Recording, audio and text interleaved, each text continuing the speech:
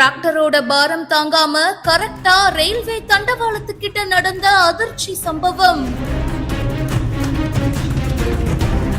பதறி போன பொதுமக்கள், பரபரப்பான காட்சிகள்.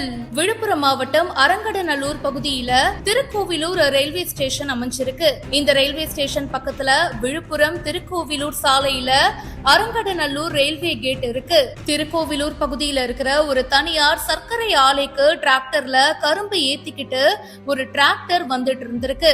ரயில்வே கேட் தாண்டி போகும்போது பாரம் தாங்க முடியாம டிராக்டர் மற்றும் டிப்பர் ஆகியவற்றை இணைக்கும் கொக்கி பகுதியானது உடைஞ்சு போய் சாலையில விழுந்திருக்கு. அதிர்ஷ்டவசமா இதுல எந்த விதமான உயிர் சேதமும் ஏற்படல.